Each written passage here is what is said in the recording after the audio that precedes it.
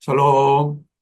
두려워하지 말라. 내가 너와 함께함이라. 놀라지 말라. 나는 네 하나님이 됨이라. 하나님이 우리들에게 두려워하지 말고 담대하며 우리들의 삶을 주장할 수 있는 위로와 소망의 메시지가 이사야 41장 10절에서 20절까지 증거되어 있습니다. 이 말씀에는 크게 세 가지 주제로 이렇게 나눠져 있습니다. 내가 너와 함께함이니 두려워하지 말라. 그리고 하나님을 믿으면 사람을 두려워하지 말고, 그리고 하나님께서는 이 땅 살면서 그리고 영원까지 우리를 버리지 않으신다는 축복과 약속이 있습니다. 이 말씀 증거하면서 위로와 소망을 얻겠습니다. 첫 번째, 우리가 세상 살면서 놀랄 일들이 많습니다.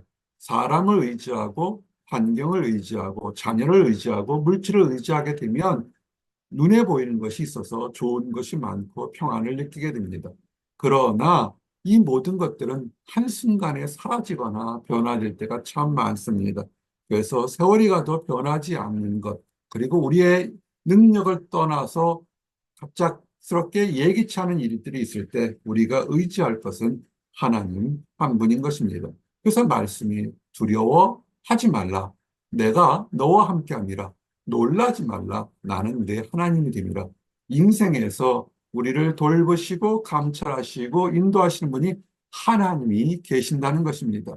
세상은 도와주는 것 같지만 나중에 배신하는 불의한 그런 도움의 손길이 있는데, 하나님은 뭐라 하냐면 의로운 오른손으로 공정하고 공평하고 정의로운 손으로 우리를 도우시고 우리를 보호하시고 위로하신다 말씀하셨습니다. 그러므로 위기의 순간에, 낙심할 순간에 우리가 의지할 것은 하나님 한 분이라는 것을 믿으셔야 됩니다. 우리가 가끔 세상 살다 보면 억울한 일을 당할 때가 참 많습니다. 억울한 일은 분노가 쌓이게 되고 또한 그것이 인생의 모든 것을 갉아먹게 됩니다. 정말 억울하죠. 근데 하나님께서는 눈에는 눈, 이에는 이라는 모세의 율법에서 이제는 참아서 기다리라는 것입니다. 왜 그러냐면 하나님께서 갚아 주시겠다는 것입니다. 우리를 생각하시고 성도를 생각하시기 때문에 성도가 원수를 직접 갖다가 해를 당하거나 또는 그 분노에 휩싸여서 범죄할까 두려웠기 때문에 하나님께서 갚아 주시겠다고 약속하기 때문에 우리가 힘들고 어려울 때 우리의 억울한 심정, 답답한 심정을 절절하게 하나님께 기도하고 간구하면 하나님이 반드시 갚아 주신다는 것입니다. 그래서 이것을 한마디로 신원하시는 하나님, 우리의 억울함을 들어주시고 원수를 갚아주시는 신원하는 하나님, 그 하나님이 마지막 때 공평과 정의 시간에 누가 옳고 그른지를 정의롭게 판단한다는 것입니다. 그 표현법을 원수의 목전에서 상을 베푸시고 원수 앞에서 우리 성도들의 억울함을 들으시고 너희들이 잘못했다고 그 원수를 책망하시면서 참고 인내하고 기다렸던 성도의 기다림에 잘했다 칭찬하며 상품을 주는 바로 눈앞에서 무엇이 옳고 그른지를 분명히 판단한 때가 반드시 있다는 것입니다. 그래서 이를 경험한 사람들은 하나님의 은혜가, 하나님의 자비하심이, 하나님의 공평하심이 내 삶에 넘친다고 고백할 수밖에 없게 되는 것입니다. 하나님은 사람이 아니십니다. 하나님은 환경이 아니십니다. 즉, 변하지 않는다는 것입니다. 인간은 자기 스스로 판단하고 인간들이 법을 만들지만 그 법은 세월에 따라서 환경에 따라서 판단의 기준이 많이 다르게 됩니다. 그런데 하나님은 공의로 심판하기 때문에 원수가 행악을 한 사람이 다른 곳에 가서 우리는 이곳에서 이래도 되라는 변명을 할지는 모르겠지만 정확하게 하나님의 공의의 판단으로 무엇을 잘했다 못했다 심판한다는 것입니다. 그러므로 하나님께서 우리가 공의로 심판하기 때문에 우리는 두려워하지 마시기 바랍니다. 두려워한다는 것은 어떤 상대방에 대한 두려움도 있지만 내 자신에 대한 자부심, 내 자신에 대한 기쁨을 상실하는 것도 두려움인 것입니다. 하나님이 우리의 삶에 매일매일 감사라고 하는데 감사를 잃은 것이 사실은 두려워하는 삶의 또 다른 표현법이 될 수 있습니다.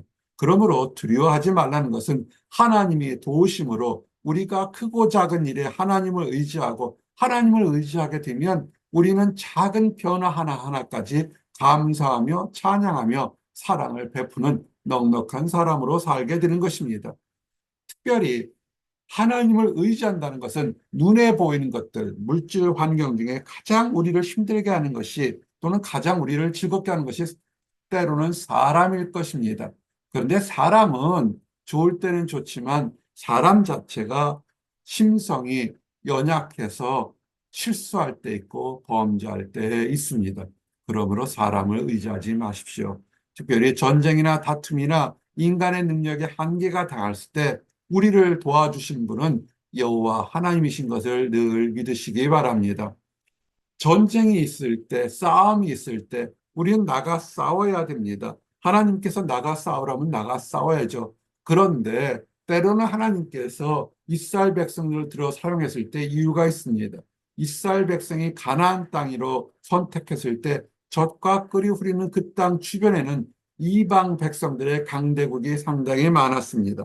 젖과 꿀이 흐르는 가나안 땅도 하나님이 때마다 비를 내려주시지 않으시면 황무지가 되었고 이방 백성들은 정말 강대국 백성들 사이에 이스라엘 백성들을 보내셨습니다. 왜일까요? 혼자 힘으로는 살아남을 수 없다는 것입니다. 혼자 힘으로는 살아나갈 수 없는 이스라엘 백성들에게 대대손손 그 후손을 천대까지 그 후손을 볼 거라는 약속은 상반되는 것처럼 보입니다. 한 가지 조건이 하나님이 살아계시고 하나님이 이스라엘 백성들을 지키면 그 땅이 황무지든 그 땅이 불모지든 그 주변 백성이 흉악한 백성이든 하나님이 지켜주실 것이라는 약속이 된다는 것입니다. 그래서 그 땅에 있을 때 블레셋 백성들이 참으로 강대하고 무도한 백성들에서 싸움이 붙었을 때 하나님이 도우심으로 인하여 미스바에서 함께 기도하고 벨갈까지 쳐서 블레셋 사람들을 쳐서 멸망시켰던 것을 보게 됩니다. 에벤에셀 하나님께서 여기까지 우리를 도우셨다고 이스라엘 백성들이 경험했던 것입니다. 이 에벤에셀 도와주시는 하나님의 그 능력을 우리가 경험하기를 원합니다. 우리 힘으로 되지 않고 하나님을 날 때 신원하시고 도와주시는 하나님의 능력을 경험하시기 바랍니다. 그리고 우리가 때로는 연단의 시간, 고통의 시간, 두려운 시간이 있습니다. 그것은 우리를 연단시키는 것입니다. 우리를 강하게 사용하려고 우리의 심성을, 믿음을 견고케 합니다. 또는 때로는 우리가 연약함을 깨닫기 위해서 우리 주변에 말도 안 되는 강한 적들이나 말도 안 되는 환경을 만들게 됩니다. 어떻게 할까요? 하나님의 도우심으로 그 모든 것들을 부러뜨린다는 것을 보게 됩니다. 우리 힘이 아닌 하나님의 힘. 그러므로 우리는 고백할 수 있습니다. 하나님이 여기까지 인도하셨구나. 하나님이 여기까지 인도하셨다는 것을 고백하는 사람은 어떻겠습니까? 담대할 수밖에 없죠. 내 능력이 아니고 내 경험이 아니고 내 배경이 아니니까 우리가 하나님께 절절히 기도하고 간구했을 때 하나님은 약속하게 두려워하지 말며 놀라지 말라. 하나님이 계시니까 내 하나님 여호와가 너와 함께 하시니라. 새로운 일을 하든 새로운 인생을 살든 새로운 비전을 살든 간에 하나님 여호와가 함께 있으니까 우리는 어느 곳에 가든지 두려워할 필요가 없는 것입니다. 판단하지 마십시오. 그것이 가나안 땅 같은 것이 그것이 소돔과 고모라처럼 타락한 땅으로 변할 수 있습니다. 가나안 땅 사실은 불모지였습니다. 그러나 하나님이 함께할 때 그것은 젖과 꿀이 오르는 축복의 땅이 되는 것입니다.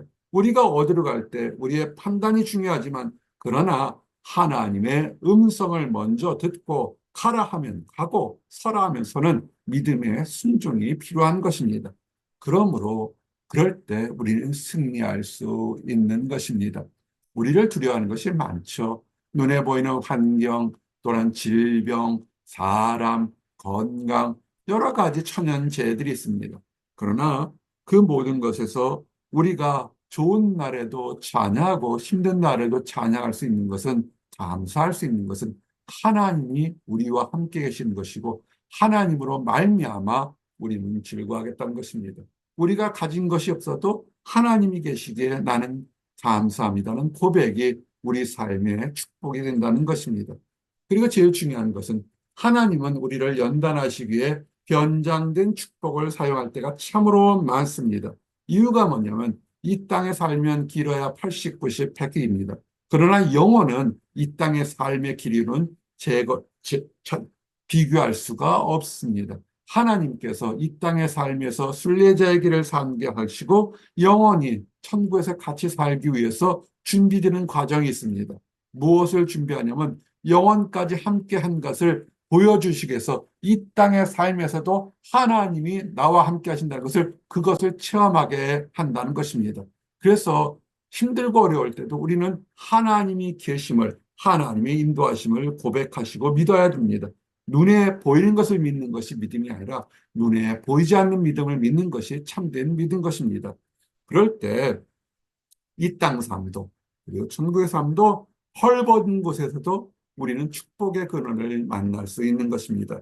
좀 전에도 말씀드린 것처럼 가나안 땅이 아주 모든 것이 풍성한 물질이 풍성한 땅은 아닌 것입니다. 분지의 지형이고 비가 오지 않으면 메말라서 먹고 살기 어려운 곳입니다.